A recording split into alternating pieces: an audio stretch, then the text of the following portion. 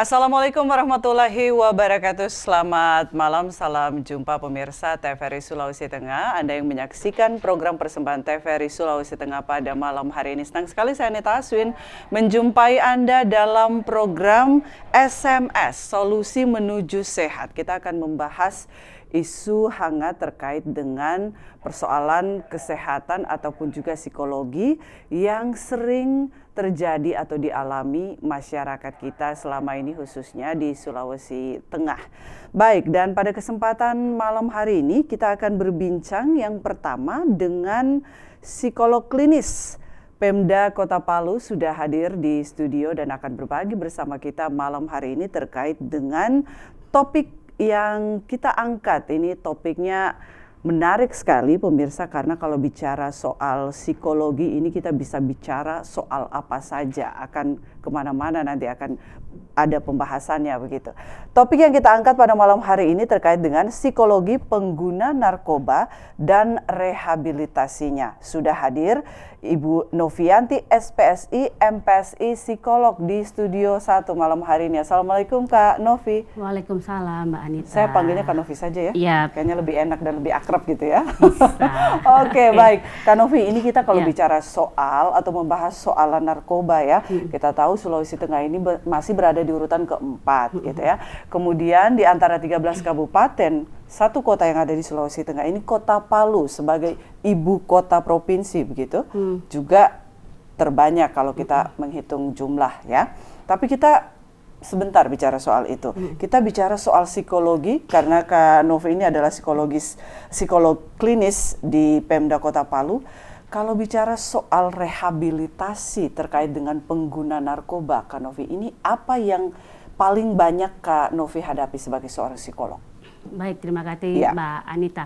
Jadi begini Mbak Anita, kita di BNN Kota Palu kan sudah ada pembagiannya ya. Kalau misalnya BNN Kota Palu itu adalah SMP yang akan kita sasar, sedangkan untuk BNN Provinsi adalah SMA. Tapi tidak menutup kemungkinan siapa saja seluruh masyarakat Kota Palu yang langsung datang itu bisa untuk direhabilitasi. Dan memang biasanya memang kita banyak itu range-nya dari usia 15 sampai di usia 45 sampai 50 tahun, karena memang batas untuk direhabilitasi dalam arti tanda petik batas yang gratis ya, yang masih ditangani oleh BNN ini sampai usia di 50 tahun. 50 tahun ya. Untuk range usia. Gitu. Dan ini kalau dari waktu ke waktu, kalau kita menghitung jumlah begitu ya, Kak Novi, ini jumlah pelajar begitu yang terkait ya atau istilahnya menjadi pengguna narkoba di Kota Palu ini ada berapa kalau kita bisa hitung persentasinya tiap dari waktu ke waktu?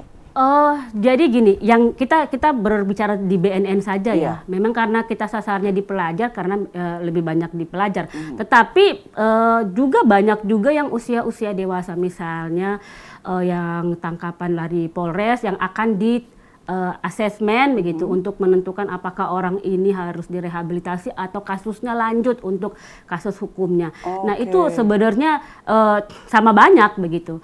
Tinggal nanti siapa yang kita biasanya begini. Pengguna itu kan kita biasanya ada P2M ya yang akan turun gitu, terus nanti siapa yang terjaring terus pada saat dites urin menggunakan nanti akan arahnya ke rehabilitasi. P2M ini apa Kak Novi kalau boleh tahu? Pemberdayaan masyarakat ya, seperti itu. Jadi mereka yang akan nanti sosialisasi turun ke masyarakat untuk preventif, tindakan preventif agar jangan menggunakan narkoba seperti itu. Jadi mereka turun-turun ke sekolah dan masyarakat.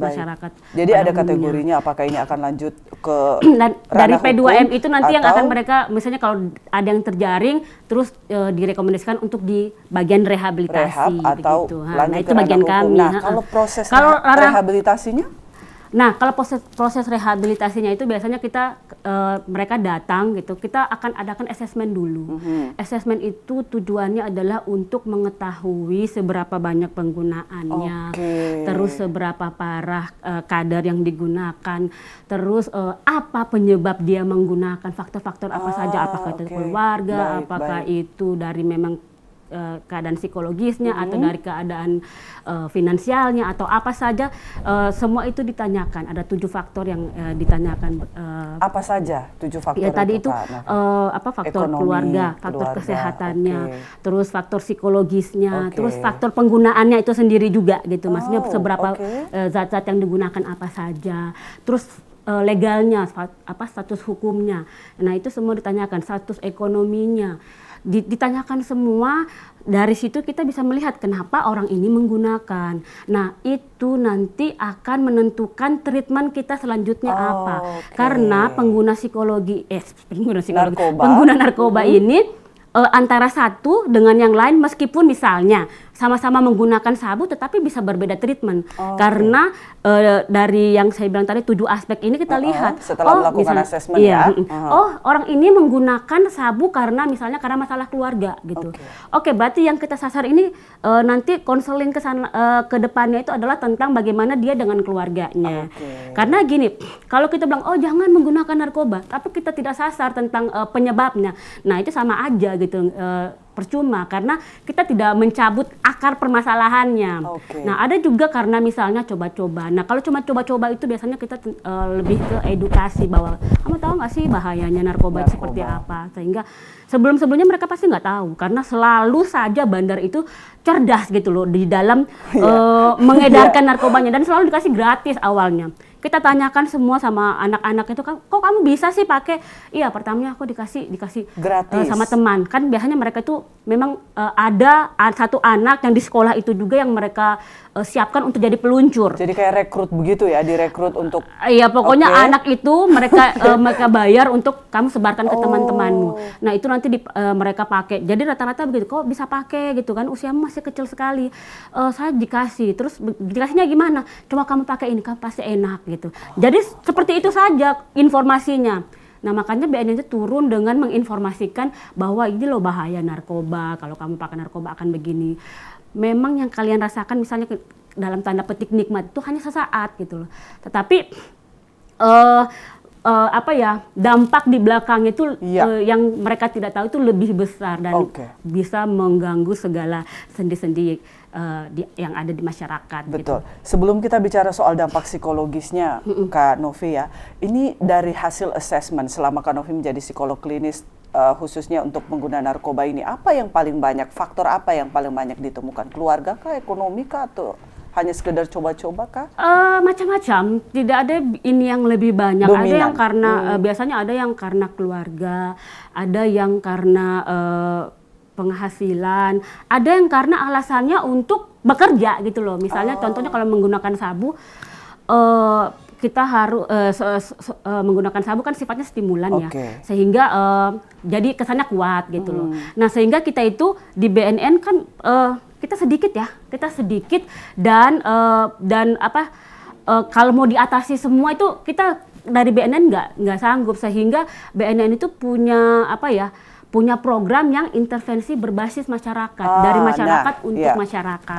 Nah ini sepertinya masih baru dan memang masih awam begitu ya, belum diketahui oleh masyarakat luas. Mungkin ada beberapa saja begitu yang mengetahui soal IBM ya, singkatan dari intervensi berbasis masyarakat. Jadi melibatkan masyarakat begitu ya. Dari masyarakat untuk masyarakat melakukan intervensi, tentunya dengan kadar-kadar yang memang bisa mereka lakukan. Tapi kalau untuk itu sebenarnya bukan ranah saya untuk berbicara karena Novi tidak bisa bicara soal itu ya. Soalnya itu soal kebijakan. Nanti ada narasumber kita yang lebih pas lah untuk membicarakannya. Kita bicara soal itu nanti akan sepertinya sudah ada orang yang bisa membahas soal itu nih Kak Novi ya. Yang paling pas lah untuk berbicara tentang kebijakan intervensi berbasis masyarakat. Kita sambut saja Kak Novi ya. Hadir bersama kita malam hari ini juga bergabung di Studio 1 AKBP Dr. Baharudin STMSI, Kepala Badan BNN Kota Palu. Pak Kaban, Assalamualaikum. Assalamualaikum Pak. Terima kasih sudah hadir Pak Kaban, luar biasa di Studio 1 malam hari ini kita ya. Pak Kaban gimana? Alhamdulillah. Sehat ya? Dan malam hari ini kali keberapa mampir di Studio 1 TVRI? Alhamdulillah sudah sering sih. Sudah sering ya? Jadi langganan gitu ya? Oke, baik Pak Kaban, kita tadi sudah singgung soal IBM. Ini program atau semacam apa begitu Pak Kaban? Mungkin bisa dijelaskan sebelum kita jauh membahas terkait dengan program pemberantasan narkoba dari hulu ke hilir, dari nasional ke bawah begitu. Baik. IBM itu adalah intervensi berbasis masyarakat. Ini adalah salah satu program unggulan dari BNN Republik Indonesia. Ini merupakan juga prioritas nasional. Dalam 1 tahun anggaran BNN Kabupaten Kota itu didukung anggaran cuma 1 IBM. IBM. Ya, personilnya 5 orang. Jadi kita program IBM ini sudah berjalan 3 tahun dan ini sangat efektif, sangat manjur. Dari 3 kelurahan yang ada di Kota Palu yang kita bentuk IBM, alhamdulillah semua sukses.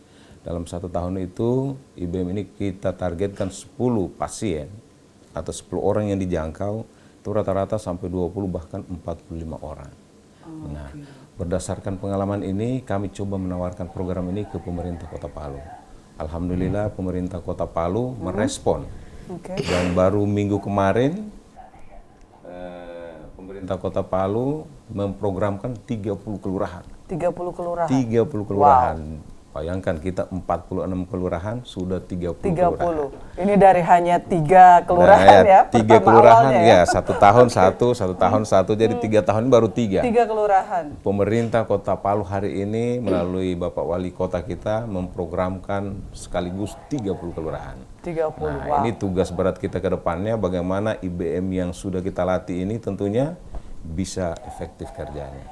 Oke, Pak Kaban, sebelum kita bicara lebih jauh atau lebih detail terkait dengan IBM ini ya, Pak Kaban, kita kembali dulu atau kita flashback dulu. Kota Palu ini sebagai ibu kota provinsi dan kalau kita lihat data atau jumlah pengguna narkoba ini memang Kota Palu yang paling banyak. Betul, sudah dilakukan tentu survei ataupun juga apa ya, diteliti begitu ya mungkin. Apa yang menyebabkan terkait dengan pengguna narkoba ini banyak itu di Kota Palu? Ya, baik. Jadi Kota Palu ini adalah ikon Sulawesi Tengah. Ya. Kemudian Kota Palu juga ini adalah salah satu kota yang begitu terbuka. Lautnya ada, daratnya ada, udaranya ada. Dan semua tempat itu dijadikan sebagai jalur masuk untuk menyeludupkan narkoba di Kota Palu. Kemudian yang kedua, bahwa lemahnya pengawasan pintu-pintu masuk peredaran narkoba di Kota Palu juga itu sebagai penyumbang sampai Kota Palu ini dijadikan tempat. Kemudian yang ketiga, karena banyaknya para pecandu tadi, penyalahguna dan korban. Nah, selama mereka ini tidak direhabilitasi, maka selama itu juga mereka akan memesan atau menggunakan narkoba. Oleh sebab itu pendekatan yang dilakukan oleh BNN Kota Palu hari ini yang diprioritaskan adalah soft power approach. Maksudnya, Pak Kaban? Pendekatan kemanusiaan, pendekatan humanis. Yaitu terhadap para pecandu, penyalahguna dan korban penyalahguna narkoba ini, yaitu direhabilitasi. Direhabilitasi. Nah, kalau antara pengedar dan juga korban atau pecandu begitu ya, pengguna narkoba yang paling banyak jumlahnya yang mana Pak Kaban? Iya, para pecandu. Pecandu ya. Nah, pecandu ini kan bermula dari ketidaktahuan, coba-coba, begitu mereka menggunakan, mereka ketergantungan, sulit untuk keluar. Nah, ini jumlahnya banyak. Nah, jadi pendekatan soft tadi yang pertama adalah pemberdayaan masyarakat, kemudian KIE atau sosialisasi, kemudian yang ketiga adalah rehabilitasi. Kemudian pendekatan yang kedua yaitu hard power approach, penegakan hukum. Khusus penegakan hukum ini cuma kepada bandar dan kurir saja. Nah, ini kan kalau kita lihat yang terjadi di kota kita ini, Pak Kabannya, atau di Sulawesi Tengah, ini sepertinya tidak ada efek jera atau kapok lah istilahnya begitu ya bagi mereka pengedar, kemudian bandar yang kemudian sudah berkali-kali ditangkap begitu ya, di penjara begitu. Apa yang menjadi sebenarnya motif mereka begitu, motivasi sehingga kemudian ini terus dilakukan oleh para bandar ataupun juga pengedar ini tidak ada kapoknya begitu ya Pak Kaban? Baik, jadi yang mendorong mereka ini sampai begitu gencarnya walaupun dengan hukuman mati sekalipun mereka tetap melakukan aktivitas itu karena memang dari sisi finansial, dari sisi memang bisnis gitu dari sisi bisnis tidak ada satupun bisnis yang mengalahkan bisnis narkoba ini. Nah ini yang mendorong mereka sampai apapun hukumannya, seberat apapun tetap mereka melakukan gitu itu. Ya. Keluar lagi, masuk lagi, it's okay gitu ya. Mereka tanpa memikirkan dampak besarnya yaitu terhadap generasi kita yang pada gilirannya nanti bisa meruntuhkan NKRI. Walaupun itu keluarga mereka sendiri gitu ya betul Pak sekali, Kaban. iya. Oke, baik, saya ke Kak Novi. Kak Novi, ini kalau bicara soal dampak psikologis gitu ya, pengguna narkoba ini apalagi tadi di umur yang masih sangat muda begitu ya, Kak Novi, kita bilang umur yang labil begitu. Nah, apa yang kemudian menjadi dampak psikologisnya untuk anak-anak pengguna narkoba ini sampai jangka waktu yang lama gitu? Jadi begini ya, Mbak Anita, sebenarnya yang paling parah itu bukan hanya cuma dampak psikologis saja, tapi secara fisik, kesehatan itu dan psikologis semua. Jadi tidak ada yang hanya psikologisnya saja, fisiknya saja, enggak. Dia keseluruhan gitu. Ketika orang sudah ketergantungan itu meskipun orang tuanya sudah mengatakan udah jangan pakai lagi. Nanti dia bilang iya ampun saya tobat, nanti akan pakai lagi karena ketergantungan. Makanya orang tua jangan malu, jangan ragu ketika anak sudah menggunakan narkotika atau narkoba, langsung saja bawa ke BNN. Kalau malu atau nggak nyaman untuk direhabilitasi di BNN, itu juga ada rumah sakit sekarang Anutapura. Anutapura itu juga sudah membuka untuk merehabilitasi. Ada juga nanti klinik agung. Ada banyak pilihan begitu kan. Tapi yang paling penting adalah sebelum terlanjur seseorang itu sampai jatuh ke dasar begitu, sampai tidak bisa kembali, itu harus harus direhabilitasi. Dan sekarang juga pemerintah Kota Palu bersama BNN juga yang dari intervensi berbasis masyarakat itu, dan syukurnya pemerintah Kota Palu melalui Kesbangpol itu seperti Pak Kaban bilang, membentuk agen pemulihan yang dilatih untuk nanti terjun ke masyarakat, yang tadi Pak Kaban bilang 5 orang itu terjun ke masyarakat untuk melihat siapa-siapa saja di kelurahannya itu yang menggunakan, dan mereka nanti yang akan menjadi fasilitator untuk direhabilitasi. Dan itu nanti bagaimana pemerintah Kota Palu itu sangat antusias dan merespon hal ini, nanti juga ada ini Kak Novi tadi sudah menyinggung soalan Kesbangpol ya. Kesbangpol juga tidak tinggal diam dalam hal pemerintah pencegahan Kota Palu melalui Kesbangpol begitu. Dan pemberantasan narkoba, apalagi terkait dengan pengguna narkoba yang ada di Kota Palu ini. Karena dampaknya sangat luas, bukan hanya psikologis saja, seluruhnya aspek sosial, aspek masyarakat, keluarga, semuanya kena. Gitu, makanya kenapa banyak begal, kenapa juga banyak kejahatan-kejahatan, bisa jadi mereka pengguna gitu. Karena fokus mereka itu di pengen mendapatkan narkoba dengan cara apapun, bahkan harus merampok. Kak Novi, ini saya sedikit lagi, ini sudah dapat WA tadi, Pak Kaban juga sudah tidak lama lagi sampai ke studio kita. Pak Kaban Kesbangpol juga akan menuju ke sini sedikit lagi ya. Tidak lama lagi beliau akan bergabung bersama kita. Dan untuk menantikan kehadiran Pak Kepala Badan Kesbangpol Kota Palu dan akan berbagi bersama kita terkait dengan topik kita malam hari ini, kita jeda terlebih dahulu pemirsa. Usai jeda kami segera kembali, jangan kemana-mana.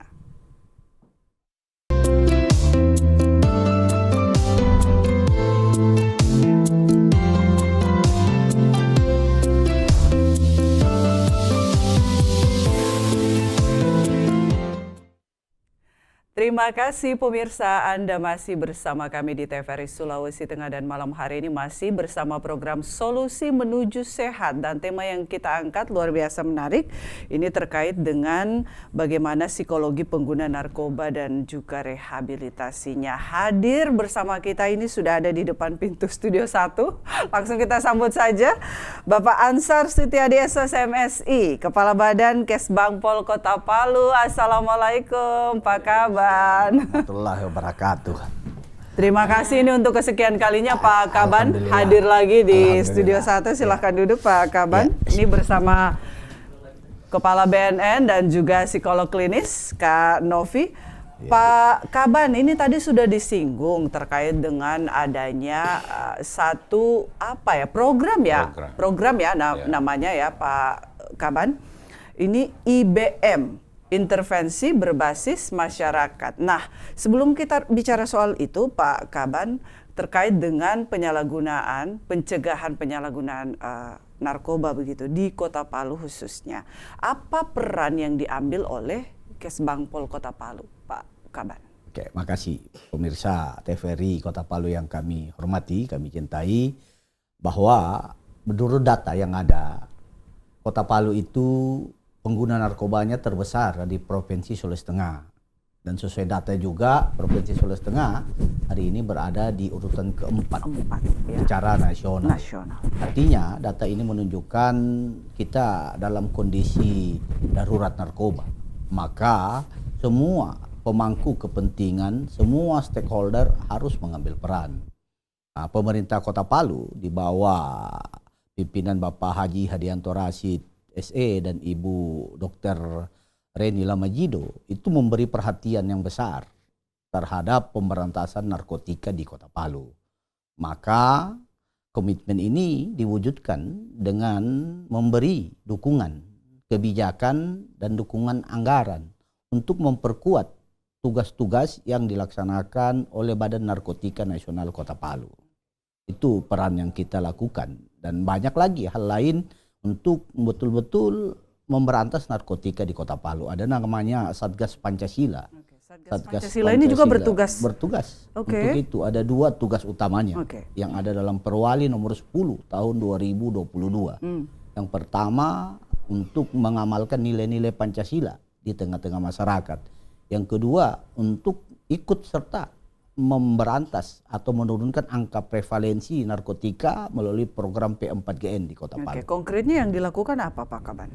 Konkretnya mendukung program dari BNN melalui kegiatan yang kita tadi bicarakan dari awal, IBM itu ya, intervensi berbasis masyarakat. Itu satu, ada lagi kegiatan unggulan dari BNN, remaja teman sebaya. Kemudian ketahanan keluarga. Ini adalah program-program unggulan dari Badan Narkotika Nasional melalui BNN Kota Palu, tetapi karena keterbatasan sumber daya, jangkauannya tidak terlalu luas, pemerintah Kota Palu masuk. Pemerintah Kota Palu mendukung, pemerintah Kota Palu memfasilitasi sehingga jangkauannya bisa lebih luas lagi. Ya, awalnya tadi hanya 1 kelurahan yang disiapkan oleh BNN. Pemerintah Kota Palu masuk dengan dukungannya untuk IBM itu sejumlah 30 kelurahan. Luar biasa. Iya. Dari 46 kelurahan yang ada di Kota Palu ya Pak Kaban ya. Berarti sisa 16 lagi ya. 16 lagi yang akan dilakukan intervensi ini juga ke depan ya. Oke, baik, saya ke Kak Novi kembali. Kak Novi, ini kalau bicara soal, tadi kita bicara sudah soal dampak psikologis untuk apalagi anak-anak begitu ya yang masih di usia pelajar. Nah, kalau gejala yang mudah kita deteksi atau kita lihat gitu ya, terkait dengan anak-anak yang menggunakan narkoba atau candu sudah ya, terkait dengan penggunaan narkoba ini, apa yang bisa kita lihat di awal? Baru lihat sebentar saja, oh ini anak menggunakan narkoba. Ada tidak? Jadi kalau untuk gejala-gejalanya tergantung penggunaannya. Kalau dia menggunakan sabu, tentunya itu tidak terlalu kelihatan secara fisiknya. Karena biasanya kalau dia sabu itu kan sifatnya stimulan ya, membuat senang, membuat orang percaya diri seolah-olah begitu. Jadi tidak kelihatan. Tetapi kalau dia menggunakan semacam tembakau gorila atau ganja, nah itu kelihatan banget kalau secara fisiknya. seperti misalnya fly begitu kan, kayak orang mabok gitu, tidur di pinggir jalan dibangunin juga nggak bangun-bangun, terus nanti di sekitarnya pasti ada linting-linting ya seperti rokok ya, itu linting ganja. Itu secara fisik yang paling kelihatan yang bisa dikenali. Namun yang paling kelihatan kalau keluarga itu bisa merasakan gitu, ketika uangnya hilang-hilang, uang di rumah hilang. Semua barang satu-satu dijual gitu misalnya, dan sering sekali berbohong. Anak-anaknya kalau udah sering sekali berbohong, membantah orang tua yang tadinya sebelumnya nggak pernah, terus perilakunya berubah, nah dalam tanda petik itu harus kita waspadai.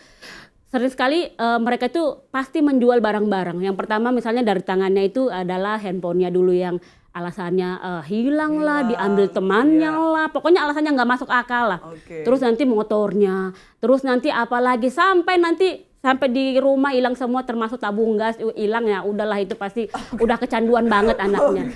Yang paling kelihatan itu. Jadi kalau secara fisik itu tidak bisa kita ini ya, karena memang berbeda-beda tergantung penggunaannya. Dan di Palu ini kan kebanyakan menggunakan sabu sehingga kan tidak kelihatan gitu loh. Dan ketika orang menggunakan sabu itu kalau dia pakai itu malah dia kelihatan fit.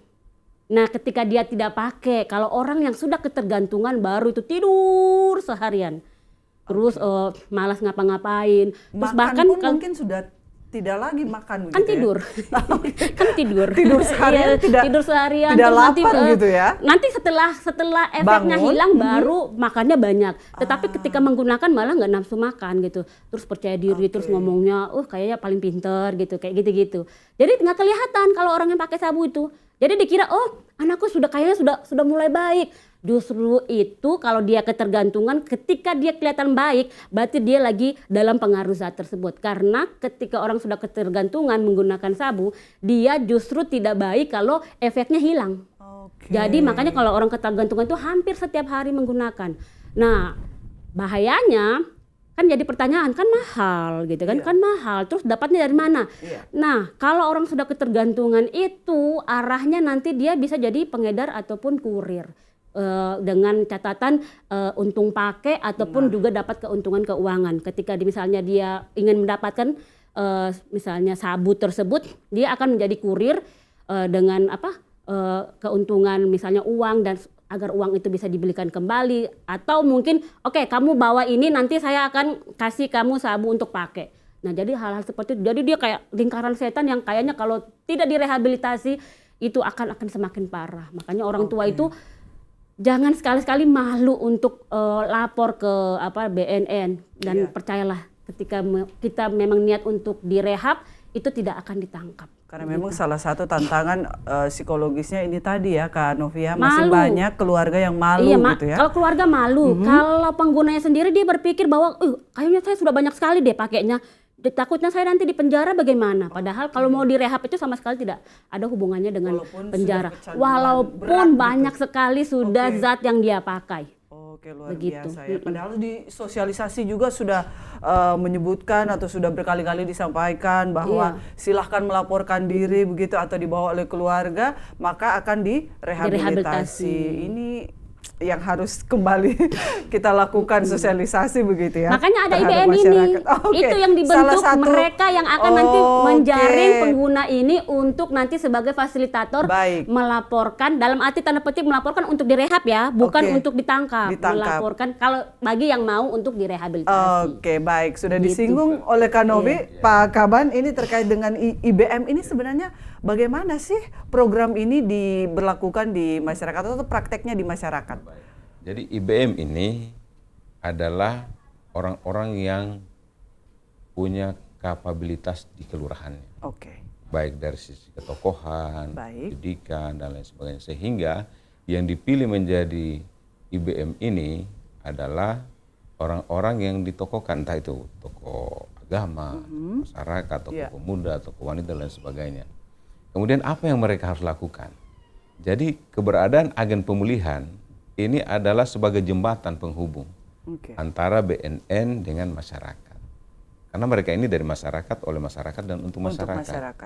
Kenapa ini dilakukan oleh BNN? Karena selama ini ketika BNN yang hadir di tengah-tengah masyarakat, itu masyarakat masih ada kekhawatiran. Betul tidak ini? Betul tidak ini? Sehingga program unggulan inilah yang dikedepankan. Nah, tujuan keberadaan dari agen pemulihan atau IBM ini sebagai jembatan dan dilatih punya kemampuan seperti pegawai-pegawai BNN. Jadi mereka ikut pelatihan, semacam pelatihan dilatih. begitu ya? Nah, dilatih, difasilitasi oleh pemerintah Kota Palu kemarin. Nah, kemudian dalam pelaksanaan tugasnya, bila menemukan para pecandu yang sudah berat, itu setiap saat bisa berkomunikasi dengan kami di BNN. Entah kami turun ke sana, atau mereka membawa pasiennya ke kami. Itu no problem. Jika mereka menemukan misalnya ada pecandu atau ada korban begitu ya dari penggunaan narkoba ini, apa yang mereka lakukan pertama, Pak Kaban? Nah, itu tentunya kemarin mereka sudah dibekali pengetahuan-pengetahuan apa yang mereka harus lakukan. Yang pertama tentunya pendekatan dulu. Pendekatan kepada korbannya atau anaknya, kemudian ke keluarga. Seringkali mereka mendekati korban, tetapi di sisi lain kadang keluarganya keberatan. Sehingga harus dia memiliki kemampuan untuk bagaimana meyakinkan si anaknya atau si korbannya, kemudian juga bisa meyakinkan ke keluarganya bahwa keberadaan dia itu adalah untuk menolong, bukan untuk menjerumuskan, gitu ya? Menolong. Karena mereka ini harus ditolong. Dan agen pemulihan ini adalah pekerja-pekerja sosial, tidak digaji. Tidak digaji, secara sukarela. Sukarela, karena panggilan jiwa untuk membantu BNN yang serba keterbatasan. Dari sisi manusianya, masyarakat, dari sisi penganggarannya, Bapak Wali Kota tentunya, Kes Bangpol. Baik, terkait dengan mereka misalnya sudah melakukan pendekatan, lalu kalau misalnya menemukan kesulitan-kesulitan begitu, karena beda orang, beda masyarakat, beda juga pola pikirnya. Begitu ya Pak. Ada memang treatment atau pendekatan khusus begitu yang dilakukan oleh agen-agen pemulihan ini untuk kemudian bagaimana meyakinkan si korban dan juga keluarga, ayo kita ke BNN untuk direhab begitu. Ya. Tentunya masing-masing daerah punya karakter yang berbeda. Nah, di sana memang sudah dilatih bagaimana agen pemulihan ini punya kemampuan untuk meyakinkan. Pertama kepada tadi itu korbannya, kemudian kepada keluarga, dan di dalam melaksanakan pekerjaan-pekerjaan ini, mereka itu kita harus wajibkan melapor dulu ke toko-toko yang ada.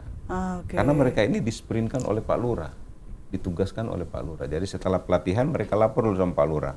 Kemudian mereka sambangi toko-toko yang lain bahwa kami ini agen pemulihan yang bersatu dalam IBM, tugas kami adalah seperti ini, membantu anak-anak kita yang menjadi korban penyalahgunaan narkoba.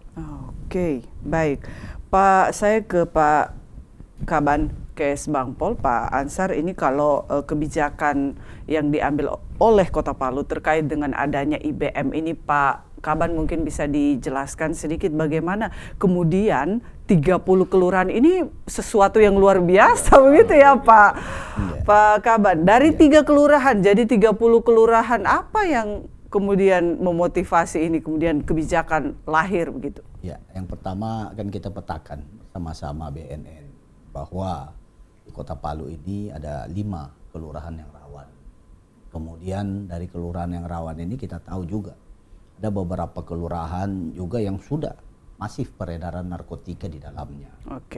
Maka harus ada langkah konkret untuk menyelesaikan permasalahan ini.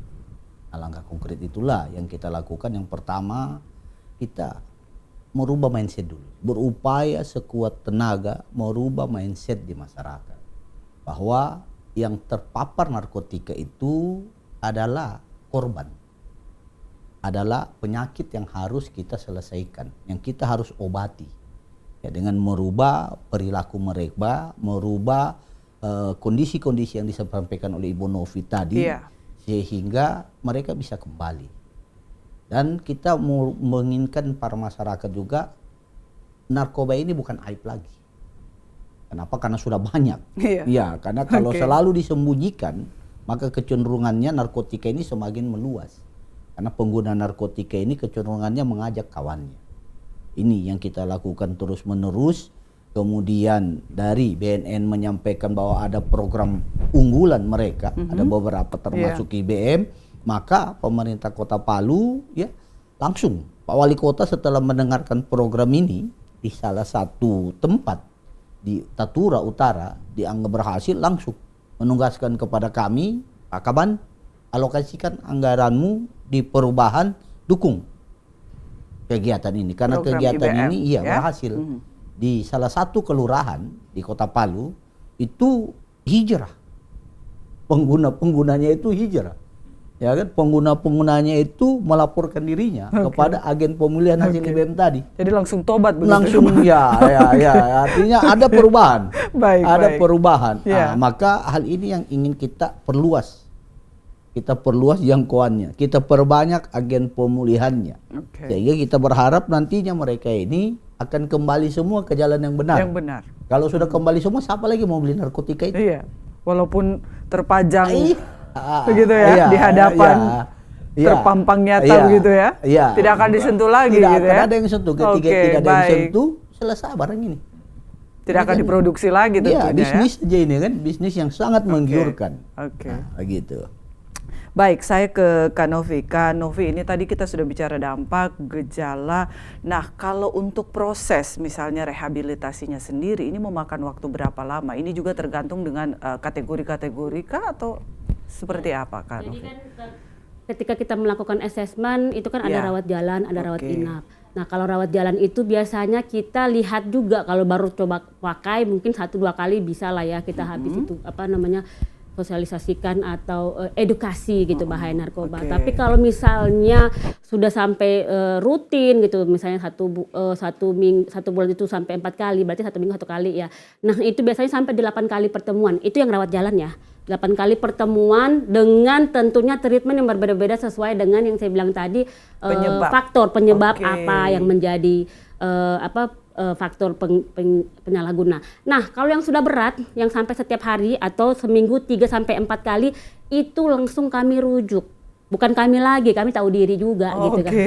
Bukan BNN untuk Kota Palu maupun provinsi itu. Karena memang bukan masalah bisa atau tidak bisa, tapi memang harus komprehensif gitu loh. Kalau sudah berat itu harus sudah ada psikolognya, harus sudah ada segala macam, harus ada di situ, dan itu hanya ada di balai besar. Nah biasanya kami itu belum ada di Kota Palu. Belum ada. Belum ada. Yang kita ada Pak Kaban ya. Di Makassar, Lido, Bogor sama dengan Samarinda, Tanah Merah. Nah itu tapi kalau untuk Kota Palu sendiri biasanya lebih ke Tanah Merah ataupun di Badoka, Makassar. Kalau Lido jarang karena memang kan Indonesia Timur biasanya memang larinya ke sana. Jadi kita untuk masih yang bisa berat, rawat jalan gitu dan ya. itu biasanya 6 bulan di sana. 6 dan bulan. Mbak itu gratis. Gratis ya? Gratis. Pokoknya direhabilitasi di BNN, baik rawat jalan maupun rawat inap itu gratis. Kecuali you on the way ke sana ya bayar lah ya, masa keluarga nggak ada modal sama sekali. Tapi kalau sudah dirawat di sana itu gratis. Gitu. Jadi ingat ya pemirsa, gratis. Jadi ayo berlomba-lomba ini segera laporkan ke BNN Kota Palu ataupun juga Sulawesi Tengah jika ada keluarga. Tidak perlu lagi malu gitu ya, untuk kemaslahatan harus kita segera daripada sekali. Nanti udah sampai parah sekali, udah setengah mati lagi tuh, udah banyak lagi tuh saraf-saraf yang putus malah jadi sampai ke gila nanti. Jangan sampai gitu ya berujung di rumah sakit jiwa. Minimal kalau nggak rumah sakit jiwa ya urusi itu keluarga juga yang gila. susah akhirnya gitu kan? Ya. Tambahkan sedikit. Iya Pak. OTW ke Samarinda maupun ke Makassar. Kalau masyarakatnya adalah masyarakat miskin yang dibuktikan dengan persyaratan-persyaratan, maka pemerintah Kota Palu menyiapkan biaya OTW itu. Iya, pemerintah Kota Palu menyiapkan melalui dinas sosial. Jadi sebenarnya upaya-upaya kita ini sudah sangat luar biasa. Tinggal harapannya para masyarakat Kota Palu, ayo bergandengan tangan, kita lawan ini. Tidak boleh hanya pemerintah sendiri, BNN sendiri gitu ya. Tidak boleh, masyarakat juga harus terlibat langsung. Dan IBM ini salah satu upaya pemerintah untuk kemudian melibatkan masyarakat. Oke, baik. Kita akan bicara lebih lanjut lagi Pak Kaban. Saya juga tertarik dengan rawat inap yang memang kita belum miliki begitu ya Pak Kaban. Kita setelah jeda kita akan kembali membahas soal ini dan masih banyak lagi yang akan kita bahas terkait dengan topik kita malam hari ini. Jangan kemana-mana pemirsa, tetap bersama kami di TVRI Sulawesi Tengah, TV Tapura.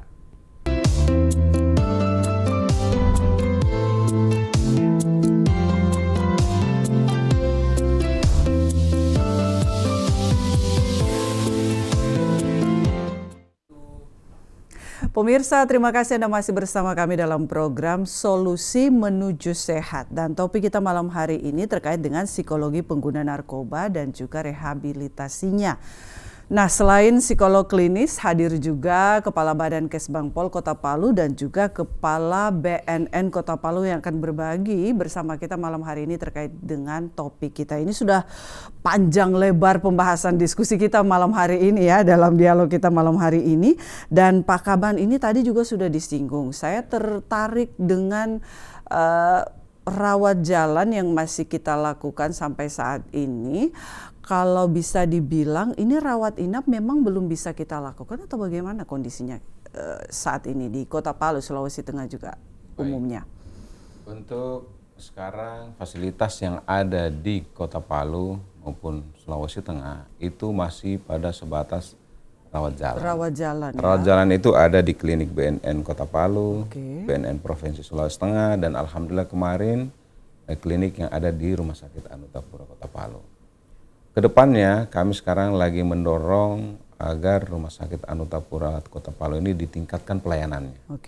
Dari rawat jalan menjadi rawat inap. Tetapi itu tentunya harus ada persetujuan dari Kementerian Kesehatan. Yang pertama. Kemudian yang kedua, kemarin juga kami sudah berupaya konsultasi dengan teman-teman di Pemda untuk bagaimana kita bisa membangun balai rehabilitasi di Sulawesi Tengah. Setidaknya untuk mendekatkan pelayanan kepada masyarakat kita yang hari ini banyak terpapar narkoba. Tapi ini masih sebatas kajian-kajian. Tentunya kami dari BNN berharap mudah-mudahan upaya ini bisa direspon oleh pemerintah. Dan saya yakin, saya percaya hari ini masyarakat kita begitu merasa sakit ketika anak-anaknya atau keluarganya terpapar narkoba. Tambah lagi misalnya harus keluar dari Sulawesi Tengah untuk melakukan rehabilitasi. Kenapa tidak kita bangun rehabilitasi di Sulawesi Tengah, khususnya di Kota Palu ya? Khususnya di Kota Palu dengan skala kecil saja, tak usah terlalu besar. Karena kalau besar pasti akan sumber dayanya harus besar, fasilitasnya harus besar, modalnya harus besar. Yang kecil saja. Baik, Pak Kaban, kita tahan dulu. Sudah ada penelpon yang masuk bersama kita dalam Solusi Menuju Sehat malam hari ini. Halo, Assalamualaikum. Selamat malam dan assalamualaikum. Waalaikumsalam, selamat malam Bapak. Dengan Bapak siapa di mana? Bapak? Dengan Om Palu. Nah begini, kalau kita berbicara Om Palu. Oke. Sabu-sabu atau narkoba. Iya. Pertanyaannya, kenapa sabu-sabu atau narkoba ini dikemas ke Palu? Sekarang sudah dijaga di Batara, di mana-mana dijaga. Jadi ada penjagaannya atau tidak? Kenapa masih di Palu? Ini pertanyaan. Sehingga kalau ada orang menggunakan itu, kenapa ada masuk di Palu? Nah, jangan hanya menjadikan salah satu lahan. Didapat, tangkap lepas. Begitu kasih duit, tangkap lepas. Nah, ini yang perlu artinya pemerintah pikirkan. Kenapa sampai masuk di Palu? Terima kasih. Assalamualaikum warahmatullahi wabarakatuh. Terima kasih Om Palu sudah bergabung bersama kita dalam dialog interaktif. Pak Kaban mungkin bisa langsung ditanggapi. Ini masih lemahnya pengawasan kita atau penjagaan kita di pintu-pintu masuk yang ada di Kota Palu ini sehingga memudahkan peredaran narkoba ini di Kota Palu. Nah, baik. Jadi tadi sebagaimana saya katakan dari awal bahwa pendekatan kita minimal ada dua nih. Pertama, pendekatan kita yaitu soft power approach. Soft power approach ini yaitu pencegahan, pemberdayaan, dan rehabilitasi. Karena siapa yang dicegah ini? Tentunya masyarakat kita yang belum terpapar. Ini jumlahnya sangat banyak. Mereka ini harus diberikan selalu edukasi sehingga punya kemampuan menolak yang namanya narkoba. Kemudian pemberdayaan masyarakat. Nah, salah satu IBM ini adalah upaya pemberdayaan masyarakat. Bagaimana masyarakat menyampaikan pesan kepada masyarakat lain bahwa ternyata narkoba itu sangat berbahaya bagi kita. Kemudian yang ketiga, bagaimana yang sudah terlanjur terpapar, yang sudah menjadi korban. Ini harus direhabilitasi. Tidak ada kata lain. Dan mereka ini bukan pelaku kejahatan, tetapi korban yang harus negara hadir di sana. Selama mereka ini tidak direhabilitasi, maka selama itu juga mereka akan mencari yang namanya narkoba. Untuk memutus rantai ini harus direhabilitasi. Kemudian pendekatan yang kedua yaitu hard power approach, penegakan hukum. Nah, penegakan hukum ini harus kita lihat, memang betul-betul dia harus bandar dan kurir. Kalau bukan bandar, bukan kurir, jangan dipenjarakan. Harus direhabilitasi. Harus direhab. Harus direhabilitasi. Undang-Undang 35 menjamin itu, bahwa korban penyalahgunaan narkoba direhabilitasi. Nah, ini yang masyarakat kita hari ini harus kita sampaikan kepada halayak umum, bahwa memang korban penyalahgunaan narkoba ini harus direhabilitasi, dan karena mereka itu bukan pelaku kejahatan. Pak Kaban, tadi Om Palu menyinggung persoalan penjagaan atau pengawasan di pintu-pintu masuk yang ada di Kota Palu ini, sehingga peredaran narkoba begitu pesat, begitu mudah masuk di Kota Palu. Memang pengawasan yang kita lakukan seperti apa, Pak Kaban? Baik, terima kasih. Jadi sebenarnya pengawasan kita itu sudah cukup maksimal. Oke, udah ya, laut, jadi cukup maksimal. Jadi darat. Ya, jadi yang perlu disadari sini bahwa perlunya sinergitas. Masyarakat juga harus ikut ambil peran di sana. Kalau memang kita tahu bahwa jalur sini sering digunakan oleh para penyeludup, penyalahgunaan narkoba dan sebagainya, tolong laporkan ke aparat. Kemudian yang kedua, bahwa tugas ini tugas bersama. Bukan cuma tugasnya BNN, bukan cuma tugasnya kepolisian, bukan cuma tugasnya pemerintah. Harus kita bersama-sama bersinergi. Seringkali saya katakan bahwa ketika anak bapak ibu terpapar narkoba, nah apakah yang rugi BNN atau kepolisian? Nah ini tujuannya apa? Untuk menyadarkan masyarakat bahwa oh iya, ini tanggung jawab bersama. Tidak boleh kita melepaskan tanggung jawab ini kepada BNN ataupun kepada Polri. Kemudian yang selanjutnya juga bahwa memang wilayah kita ini, wilayah laut kita ini sangat panjang. Dari 13 kabupaten kota yang ada di Sulawesi Tengah yang tidak punya laut itu cuma Sigi. Nah, kalau kita jejer seluruh polisi di Sulawesi Tengah ini, tentara di Sulawesi Tengah ini, untuk menjaga garis pantai, itu tidak akan bisa. Dan namanya pelaku kejahatan pasti melihat celah ketika aparat lengah. Selalu menemukan celah begitu ya Pak Kaban. Tapi kalau masyarakat kita 370.000 sekian bersama-sama berkomitmen menjaga Kota Palu, insya Allah tidak akan ada jalan masuk. Oke, baik Pak Kaban. Saya ke Pak Kepala Kesbangpol, Pak Ansar. Ini terkait dengan rawat inap ya, yang tadi sudah disampaikan oleh Pak Kaban. Adakah wacana ini sudah sampai ke Pemda Kota Palu? Sudah direspon Pak? Sudah direspon. Kaban. Seperti apa? Kemarin Rumah Sakit Umum Daerah Anutapura Palu itu membuka IPWL untuk rawat jalan dulu. Kemudian nanti kita akan coba fasilitasi, tentunya atas persetujuan Menteri Kesehatan, agar bisa dikembangkan menjadi rawat inap. Jadi sudah ada langkah-langkah menuju ke arah rawat inap itu.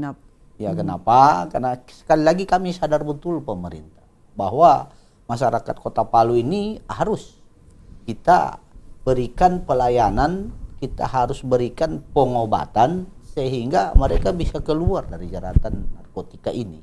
Nah, tinggal langkahnya ini, tahun ini kita masuk ke rawat jalan. Insya Allah tahun depan bisa saja kita sudah akan masuk ke rawat inap. Karena fasilitasnya sudah ada, sarananya sudah ada.